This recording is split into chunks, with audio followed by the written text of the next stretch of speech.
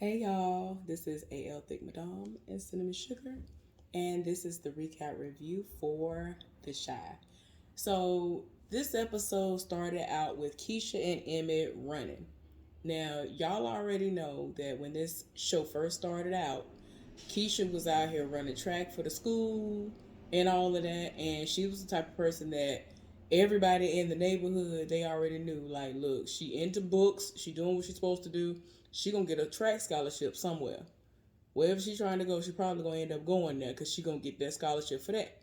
Now, when all that stuff happened, y'all know last season it was a lot. It was traumatic, and she never even realized whether or not it was going to be too much of a traumatic experience for her to put herself back out there again because she was literally in the middle of doing what she's passionate about, and then this man rolled up and turned her life upside down, like for the rest of her life, even though he is now deceased. Just saying, like, that man died, right? He got killed, right? Y'all remind me down in the comment section. If he ain't killed, if he didn't die, then he should be in prison. So I think he did die. My bad. Anyway, so yeah, after all that happened, I can 100% understand her being traumatized. But she's back at it again. Emmett cannot keep up with her like that. Like, even though he ain't out of shape per se, he's just not one of those people that is out there and is working out and doing all that stuff. There are people who can look like, trying not to yawn, sorry y'all, because I'm so tired, like for real. I know y'all hear it in my voice. I am so sorry. But yeah, he's not one of those people where you look at him, you might be able to look at him and be like, oh, okay, he look, his body looks decent or whatever. But as far as, let's focus on the character for the show, he is not somebody who you see in the gym and jogging nowhere, around the block a couple of times, none of that. So I mean, it just is what it is. So they had a little conversation. He felt the need to come clean about what happened between he and Tiffany. And it's crazy because before he even said anything, she already was like, dang, here we go. Like, that was pretty much where her attitude was, which is sad. And it's like, girl, why would you then, after all what you've been through with this man, why would you sit up there and possibly set yourself up for failure? Now, yes, we are well aware of what actually went down in the show, but it's still the same old E. Same old. Let me stop it. Okay, I'm sorry. That's hilarious. If you haven't seen that Genuine video that's been circulating, I mean, I've been dying since the first day they put it up there. Every time he performs, he do something else that is just like, oh gosh, it's kind of cringe worthy at times. Anyway, so yeah, she's trying to figure out why he didn't mention it, like sooner. And he was just like, I was just waiting on the right time. And so she was like, really? Is there even ever a right time to say something about this? So even though that's a great point, at the same time, he looking at her like, why you look sad? And so she was like, I'm glad that you didn't do what you would normally do, but I'm disappointed at her because of what her actions were. Because it really is sad, because despite their past, I was like, wow, the fact that y'all were able to be like, forget him. We good as friends, and we let bygones be bygones, and we had to understand that he was the one out here doing all this stuff. He was the one doing all this stuff and making us think one thing, and it was just a lot, you know what I'm saying? So they took responsibility for their part in it, and they had to realize, like, you dope by yourself. Oh, okay, you dope too, cool. And I'm just glad that they did come to some sort of a resolution. So anyway, we end up seeing Jada and Darnell planning their wedding, and they are on two completely different pages. She wants a small, intimate wedding. He wants this humongous, elaborate wedding. Talking about inviting 200 and some people. That's not even including her folks. Nobody that would be on her side of the church house if it were to even be held in a church, right? He talking about, oh, that's just my cousins. Like, what? It's just a certain set of cousins that he talking about. Cause she looking like, okay, how many people do you plan on feeding? And this man said 200 or something. Sir, what are you talking about? So she like, dang, I ain't trying to do all of this. And he was like, you ain't got to worry about it. I'm dipping into my savings. You ain't got to worry about your savings. So, it just is what it is when it comes to that. So she was like, look, I just want something small, intimate. She over here talking about she wants somebody's backyard. I want just a small group of people, of just friends and family. And, he seems bummed out. And it's like, at this point, it's like everything might come off like it's all for her. But at the same time, it's like, now, sir, on the other hand, y'all got to look at it. This man has been married at least 3 times before now. He done already been down that road before. I don't think she's been married before, so this gonna be her first time. The fact that she ain't trying to set it off and have y'all in debt over a wedding, you should be over the moon, sir. Especially with all them children, all them children that you have. And I'm just saying, I don't remember, man. Y'all remember that episode where Emmett went to see his daddy or something, and it was a house full of kids, and I'm just like, are all of those his? I think all of them was. It was a whole lot of children. Like, sir, like, how do you have any money? Like, somebody, this must be a situation where did none of these heifers put you on child support or something, or they took you off. Like, I don't understand. But he just, But he talking about dipping into his savings because if he was the only one who had an input, he want everybody to have steak, lobster, all of this. We gonna go to some kind of big elaborate place. Like, he was gonna set it off. So now he's kind of bummed out. He was like, well, okay, let's do that. Cool, it is what it is. And she was like, no, I just feel like we need to save for our future. This fool talking about we ain't gonna be around much longer. Like, it don't even matter. So I'm not even worried about the price at this point. I was like, sir, come on now. So anyway, for some reason she's content, and I'm just like, girl, bye. So Tracy and Doodah, for all intents and purposes, because I'm gonna keep on calling him Doodah, Otis. Y'all know Otis Perry. Doodah and Tracy are like in a room. The tension is thick. And I'm just like, girl, like, you're unhappy. Like, you're working. You're not even happy doing your work anymore. Like, the joy outside of everything that happened to your son, the joy that you had when you first did all of this stuff with Rock, all that has been sucked out of you. You just in the room with this man like, oh, I'm just here. So I don't get fined at this point. That's how she looks. She look unhappy all day, every day. I'm just like, girl, the sex ain't even enough at this point. Because at first it seemed like she was just like, all right, at least I'm getting some sex out of this. But now it's just like, girl. So anyway, she's trying to figure out what's going on because money is missing from Rock. And so he said he ain't had nothing to do with it. Rosalind ain't had nothing to do with it. Ain't nobody had nothing to do with it. And so at this point, she's like, okay, so it must be Quincy. So she was just like, look, don't nobody have time for this. Like, you need to figure it out. Like, she's very, very serious. And he was kind of like, dang. It's like, yeah, you need to figure it out. Ain't nobody got time for that. So anyway, we end up seeing, what's the name Trig want to go by? Like, is it Vincent? I be wanting to say Vincent. I feel like I'm saying the wrong name now. Victor. I'm like, it's a B. Victor. Like Victor Newman. Like that name has so much presence. Victor. So Victor is at Fatima's house, and they done to do. They've done what they normally do. And so she's sick and tired because he over here getting ready to go ahead and go. He about to head out. And so she like, I mean, if you can't be out in public with me, then you need to never come back to my house no more because I'm sick and tired of this.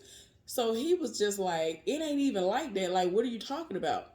And so she kicking him out the house, and he is like, wow, I can't believe you doing me like this. And then like she got some kind of notification in her phone, and he talking about, oh, you want me to be, put our situation out on Front Street, but I can't know what you got going on. You can't even be monogamous. So she like, why would I be monogamous with you when you can't even be seen with me?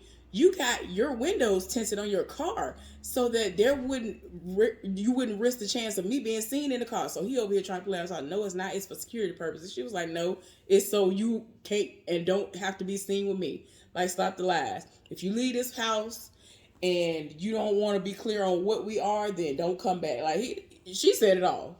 Fatima said it all the way off. So anyway, after everything has been said and done between Emmett and Keisha, there's still a lot of tension because they came home after everything, and she feels some type of way, and so she's like, I'm gonna have to talk to her. So he was like, you want me to be there with you? So she was like, no, this is something that we need to do on our own. We need to just have a one-on-one and discuss this because I thought I could trust her. Like it's too much, and it is something that I do believe I do need to talk to her about because, like, girl, woman to woman, girl, you're doing the most. So she's proud of him. He over here wondering, like, did I do something wrong? She was like, no, you didn't. Like, it's so sad that you do so much dirt, or you've done so much dirt that you have to say, well, dang, did I mess up and didn't realize that I still messed up? And so she was like, no, you didn't do anything wrong. And so now this heifer is like, oh, I knew you would do right. I'm proud of you and all this other stuff. Like, girl, no. Like I said earlier, you were ready to hear him say, I've been out here screwing everybody else. I be stroking.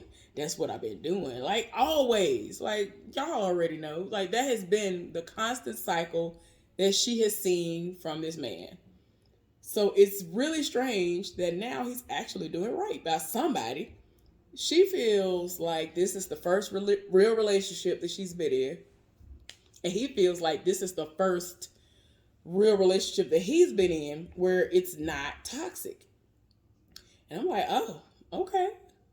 Y'all better do that. So that was cool. Let's see what else is going on. So we see Nina, y'all know Kevin's mama. She's still doing this boy's laundry. Like, he is very, very up there. And I'm like, why are you still doing his laundry? But who am I? So, she's putting his laundry away. And she starts noticing that he got brand new shoes that cost over $100 a pop. And all kinds of clothes. The PS5 and the controller. So at first, when she saw the PS5 and the controller and all that stuff, she was just like, okay. Went over to one of the jackets that this boy had hung up, and it was $500. I was like, that boy, why? There is no reason. There is no reason, because if somebody in Chicago wanted to kick the door in and ransack that house, it's a wrap. You gonna be looking like, oh, you took my $500 jacket. Like, you could have bought, I ain't gonna lie, like, all the money he's been winning, I understand it's been hand over fist. I understand that. But he could have saved a lot of that money for other things that are meaningful and just buy a couple of things that are that constitutes him spoiling himself. I understand that because I do that for myself from time to time. I understand. It ain't gotta be the $2 and $3 and $4 and $500 pair of shoes, that $500 jacket. Like, what was the reason? You gonna be walking down the street, somebody gonna hem you up. What is the reason? Like, Man, I will be in the cheapest of cheap stuff around there. Like, they stay setting it off in places like that. Like, what is the reason? So anyway, yeah, she looking around the room, and then the last place she look in the sock drawer. He got all kinds of bands of money. I'm like, boy, what is the why did you have it just sitting in your drawer like that? So now, of course, she's under the impression that he dealing drugs. Like, where's she from? That's just the obvious answer as to what's going on. Ain't nothing else to try to read into. This gotta be what it is. So we end up seeing Papa rolling up on Jacob, trying to figure out what's going on with him. And he basically like, why you hanging out with the ops? You know he ops. You supposed to be my friend. And he was like, look, he didn't have anywhere to stay, and I'm a Christian man, and I'm doing all these things, and y'all turned him away and all of that. And then eventually, they got into it, and he was like, y'all ain't been a real friend to me. I ain't the sidekick. Y'all want to try to treat me like a sidekick. I am not a sidekick. He went off. And so he was like, y'all don't pay attention to me. I've been going through some stuff too.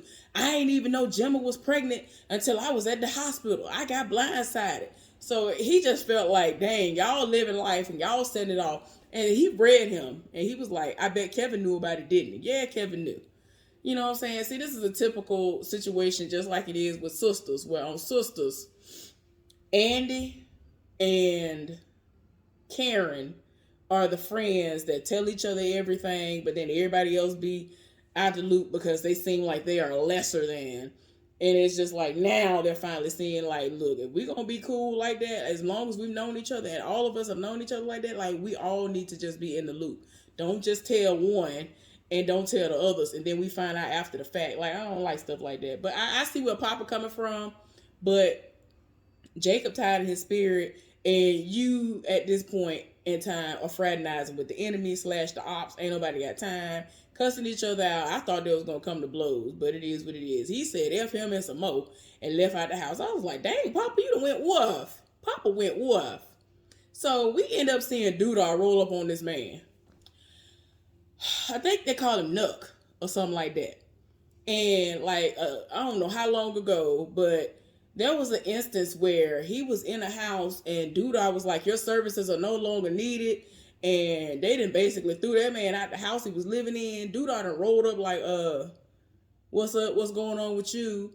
Because this is pretty much the place where you would find Quentin, who is the OG of this whole situation. Tracy's baby daddy. And so he was like, he ain't here. He had a casino. You don't need to worry about the location. He don't want nobody to know where the location at. So before he even got to that, he was like, so how you living? You good? He was like, yeah. He was like, I'm guessing that you found somebody's bed to lay in, and because he got kicked out. He was like, yeah, I did. Like, it is what it is. And child, he was just like, look, I ain't telling you that information. He don't want you to know the information, so you're not gonna know which casino he at. So he was like, look, there's some stuff going on. I need to know what's going on with it or whatever. He was like, look, man, forget all that. You need to kill him because you have the type of presence that we need. He is old, outdated, and he be doing the most. You have a cooler head, and you are able to get things done. So you need to kill him and get him out the picture because it ain't making it. Like, this boy went all the way off about it. I was like, sir, wait a minute.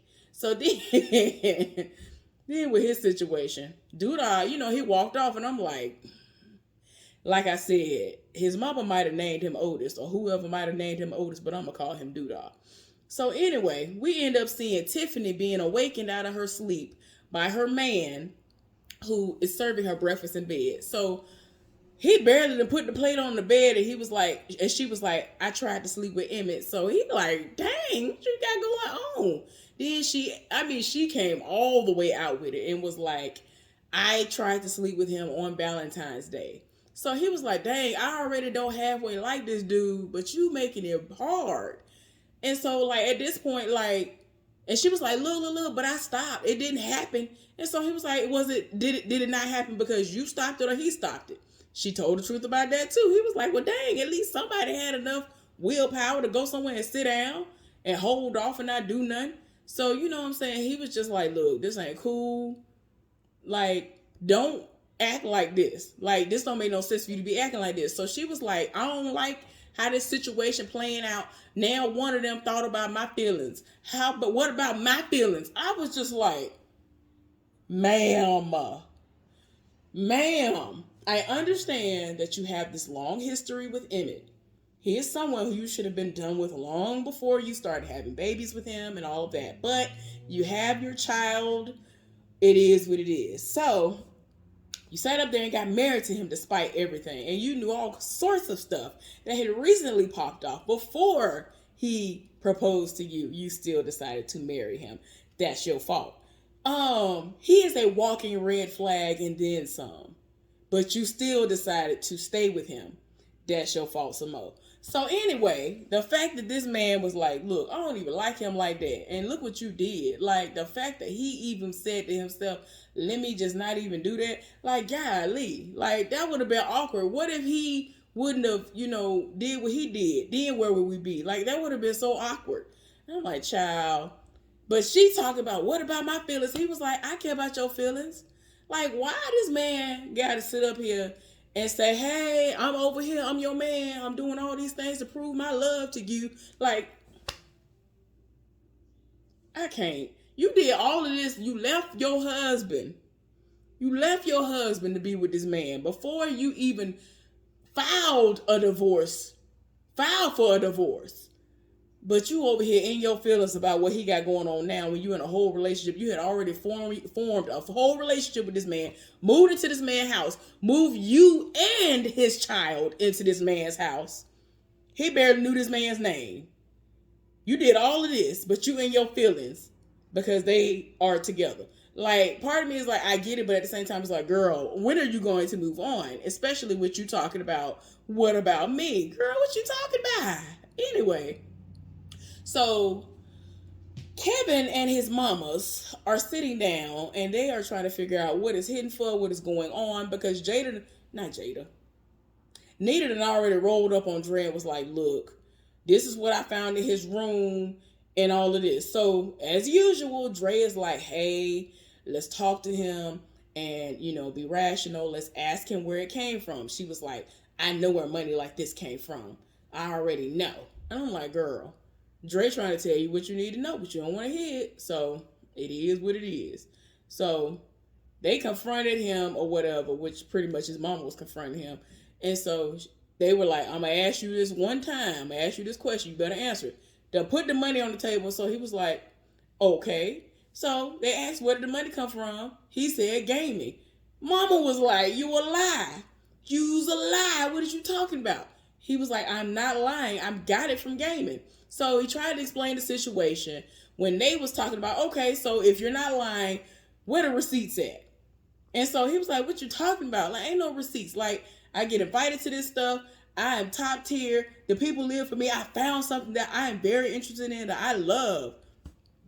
They were talking about, okay, so when the next time this pop off, we'll buy a ticket to come out and support. He was like, no, this is mine. I was like, oh gosh, no. Like, of course I know he's feeling like, okay, this will be embarrassing for my mamas to be rolling up. Like, nah, I don't want no parts of y'all being there like that. So it is what it is. So anyway, she ended up telling him to go to his room because he done went. I'm talking about Kevin got up, went off to knock the chair back in some more. And so him and his mama getting into it. She just told him to go to his room. He mad. And so he trying to take his money. The mama took the money back. And he was like, you know what? Okay, you're welcome. She was like, what? What? You know how your mamas and things will be. Like, if you trying to make it seem like you're doing them a favor. I gave birth to you. That's gonna always trump anything else you thought you was doing. Better calm down. So anyway, Tiffany and Rob are having a little moment. She apologized again, and she was like, look, from now on, just use your words and not your body. And I'm like, you better say that. And they were having a deep conversation about how, this was a generational curse and all of this. And, y'all, a lot of people think that this is the way. And so she's trying to figure out, like, why are you so calm about this? He was like, look, I come from a line of people who have dealt with things, who have done things, and I've seen how things have happened. So I feel like sitting back watching is the thing to do. And I smoke a lot of weed. But he sits back and he listens to stuff. He likes to be observant. And I'm like, I know that's right. That's the way to be. People don't be understanding. And so, he forgave her. He said, you better not do it again, though. So anyway, we see Shad over here rolling up on the heifer, the beard heifer. And he over here feeling some type of way because she looking at him like, I mean, it happened. It is what it is. And so he looking like, so what were we like at this point? Like at first he was just kind of like, all right, now you know the thing that happened. But then as he started to realize that she don't care, I'm just like, oh gosh. Like, he was like, okay, so you ain't got no heart at this point. And so he was like, she was just like, no, it's not that I don't have a heart. So he was like, okay, so you be screwing Jocelyn too, right? Rosalind, I'm sorry. And so she was like, occasionally, like, look, I'm doing what I got to do. I like nice things. It is like, she was just like, look, I don't care nothing about all that. These people are opportunities for me. It is what it is. Like, she know how to play the game. Don't mess it up for her. She don't really care nothing about that. But the fact that he and his feelings that this heifer don't want him, I'm just like, sir. So anyway, Tracy done met back up with Doodah. Doodah is like, look, he got to go. So she looking at him like, that's my baby daddy. And the first thing that came to my mind was, ma'am, y'all no longer have a child. Like the child is gone. I'm just like, I understand. But it's like, I guess she's looking at it from the perspective of that is somebody who was a part of my child. And when I see him, I see my son in him a little bit too, or whatever. So part of her was just like, wait a minute, what you mean, kill him? So she was like, you sounded a whole lot more like yourself a lot lately. And he was like, I probably have been. He was like, look, Victor is the light, I'll be the darkness. And so she was like, no, just let Quentin be the darkness. And so he was like, no, I don't know about all that. I think that's me. I think I've been being myself all the time. I'm like, yeah. So we ended up seeing Keisha and Emmett going to this art exhibit. And so there were a lot of artists that are in Chicago, and it's been awesome. And so there was one painting in particular that Keisha had her eye on, she lived for, and it is very remnant of how the cover that y'all see every week, the child, what is the thing called? Y'all know what it is. The y'all know what it is. Every week, I don't know why I can't think of it. But y'all know what I'm talking about. That's why everybody look the way they look. Abstract or whatever it is, child. I don't remember no more. I don't deal with my art stuff no more. But the abstract painting situation that everybody look like on the, y'all know what it is, the videos from week to week, that's what all that looks like. She is captivated by it. And y'all know the heifer that that Shad was dealing with. She's the one who's doing this. She's like hosting it and explaining the painting and all of that.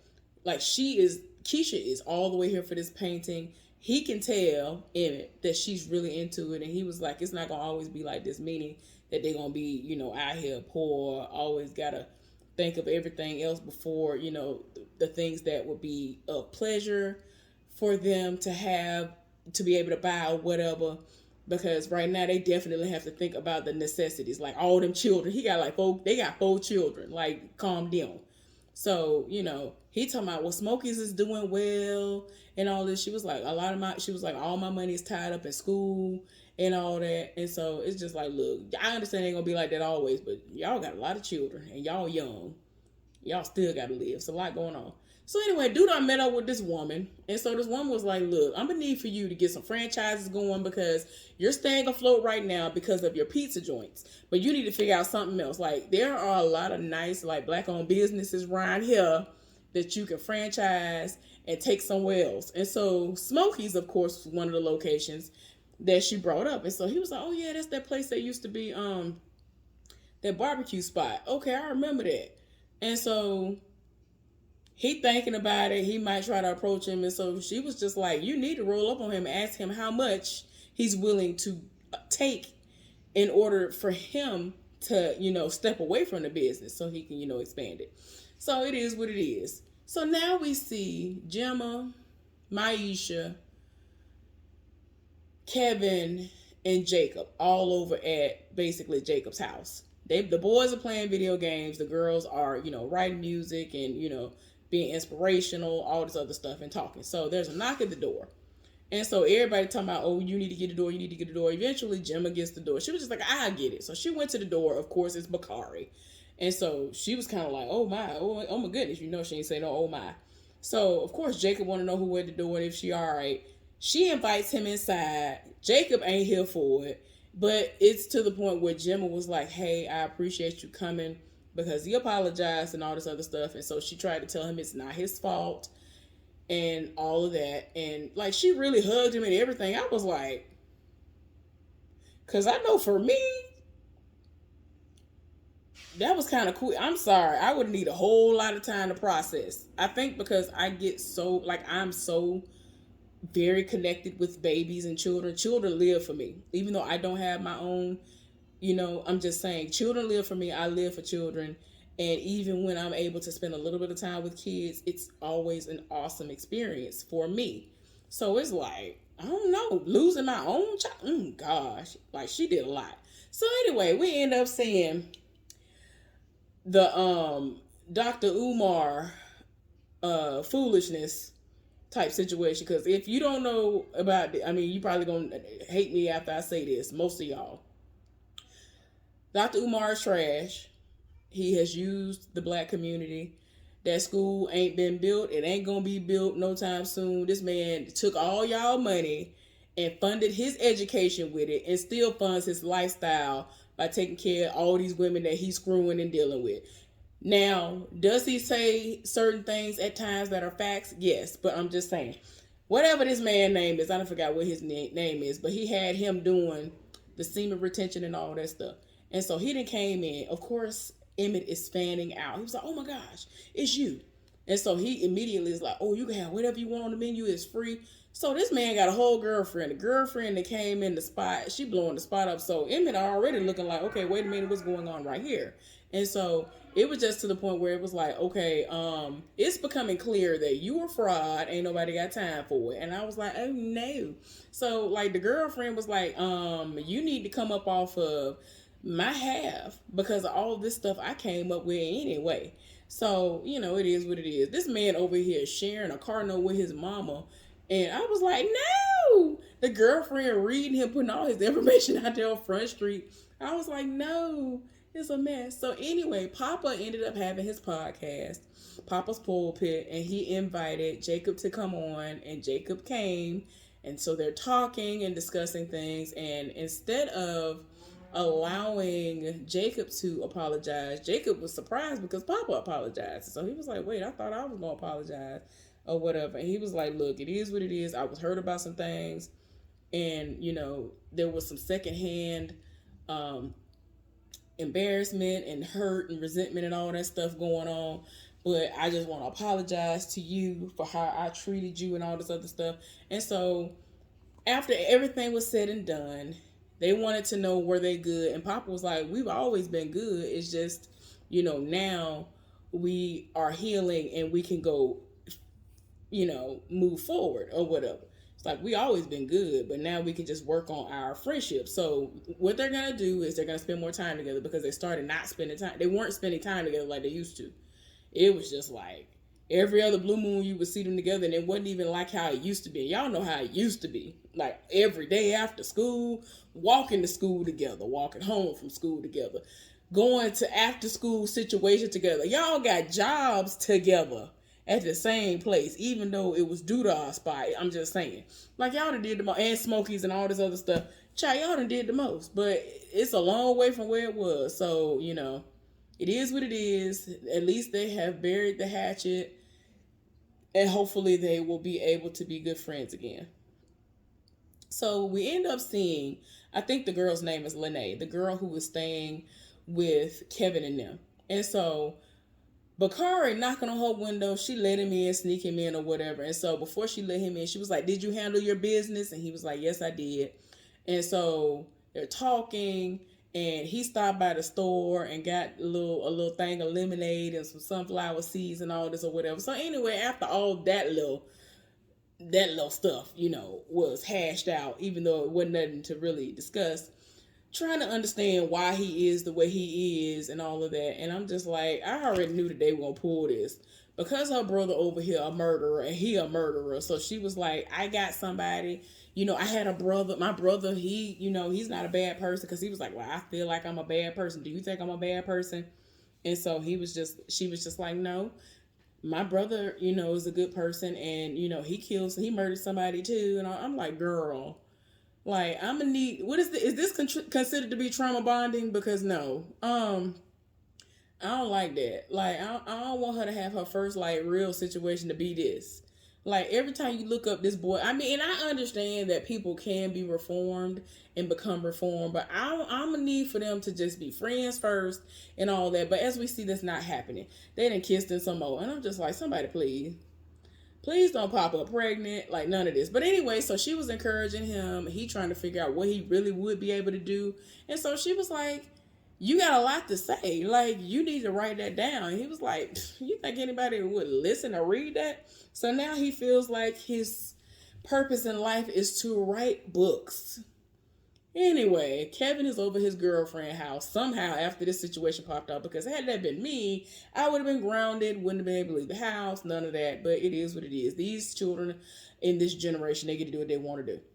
He over at his girlfriend's house, and he was like, look, I need for you to do something for me. Gave her a pouch full of money and was like, look, My mama found all my stuff and they acting crazy and I'm trying to move out because every time I look up they're acting crazy. So she was like, well, just tell them how you made the money. And he was like, I did. So she was like, oh, well, now I understand why you feel the way you feel and you want to move out. And she was just like, look, I should charge you a finder's fee. And then she looking at the money, she was like, shoot, I could buy a whole lot of crystals with this. I was like, girl, I know that's right. See, I done already tried to tell y'all crystals are everything. Like, I can't. But they can be, like, the real stuff can be expensive. And I'm just saying, like, I was like, yes, girl, all that money he got, girl, he should have been buying you some crystals at this point. The $500 jackets he don't need. Buy me some crystals. Them crystals I want cost way less than that. Thanks. Anyway, so she was like, I should charge you a finder, a hiding fee and all this other stuff, child. She was like, if my grandmama find out, I'm telling the truth. You're just gonna be thrown up under the bus. It is what it is. I'm telling it all. And so he was like, that's fine, but just try your best to just hide it. I need to be able to stack my money over here. I'm coming back for it, I promise. Because he wants to stack some money so he can move out. Child, is a mess. So then we see Tiffany and Rob. Tiffany at the house bagging up her product. And Rob, he walking around the house too. But anyway, she ended up answering her phone. And the old boy who she used to screw on the regular or whatever, he done rolled up in the conversation trying to talk to her. Talking like, oh, I see the background look different and everything. What's going on with you? So she was like, yeah, it is what it is. He was like, okay, so are you single? Like, what's going on? She was like, no, I'm not single. I have a man. And so she had to read him and was like, he's more than just my dude. So he done rolled up, robbed and rolled up, and he was like, okay, what he want? What he got going on? So he was like, dang, is he 6'8" or what? And so he was like, nah, I'm 6'9". I was like, no. But anyway, he was acting like he was secure. And so she actually was finally acting like she got some sense. He over here talking about he want a certain type of weed and all this other stuff. But he was like, all right, then, I just have to catch you later or some child.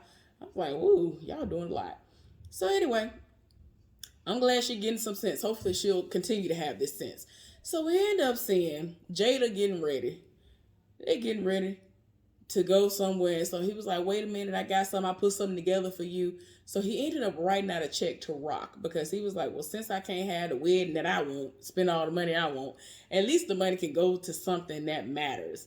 And so she was very happy about that gesture, hugged him and everything, and was like, oh my gosh, Tracy would love this. She really needs the money right now. And I'm sure she'll put it to good use. He was like, I hope so. So then we end up seeing Shad and Victor. Victor in his feelings. And so he always talking about, I don't know who I am anymore and all this other stuff. So he looking at him like, boy, what you talking about? So he was like, look, I feel like Fatima is my soulmate. And I done did all this stuff. Like, I didn't work too hard to get here. And so he was like, look, do you want to win with a lie or do you want to lose with the truth? So it is what it is. He gonna have to figure out what he want to do. If he want this heifer, he gonna have to give it up and hope for the best. Hope that the people will, it's 2022. Hopefully they will be understanding. So it is what it is. So Shad went outside the building. And so he ended up seeing Bakari. They run into each other. He trying to figure out what it's hidden for. He was like, look, I want to write a book about my life. And so he was like, you're only 16. He was like, that's okay. But I've, seen a lot, been through a lot. It is what it is. Shad putting them up on game was like, make sure you don't put no names up in there. He was like, look, I'm changing the names. You ain't got to worry about that because the police going to be coming around at some point if you do it the way some people do. So he was like, well, what you going to do? And so he was like, I'm going to create this vintage shop of music and all this other stuff because it takes him back to a time in his life where he felt free. And I was like, you know what? Okay, then. I ain't mad at it. And I like stuff like that. I like shops and stuff like that. It is very, it's very relaxing, freeing, like it really is. So anyway, we end up seeing Keisha helping EJ with his homework and just doing little random stuff with him to make sure that they keep up with his educational development. So he's doing well. And so like she hyping him up and all this other stuff. And he was like, can you call my mama and tell her that I did this, that, and the other? And so she was like, yeah, what I can do is I can tell your dad and then he can tell your mom. And I'm just like, girl, it's so awkward already and you haven't even talked to this heifer. So, child, we get to the end of the episode. Dude oughta rolled up on Quentin. at the house. They had a meeting with one another. And so he over here trying to figure out why he early. He turned back around. Dude ought to shot him up. Something terrible. So of course he do like a quick walk through the house, but not really, trying to see if anybody there. And I'm just like, sir, you done did the most. But that was the end of the episode. Y'all, it was a good episode. It really was good to me. It's gonna be a mess throughout the rest of this season. We got one more episode. So I'm just like, woo, child. I have a new show that I'm going to be doing recap reviews on. I'm not doing it today because I'm exhausted, and I'm going to hope that I'm able to get some sleep shortly. But we going to see. It's on BET Plus called, I think, The Black Hamptons. But anyway, y'all, I'll see y'all later on. Thank y'all so much for everything. Talk to you later. Bye.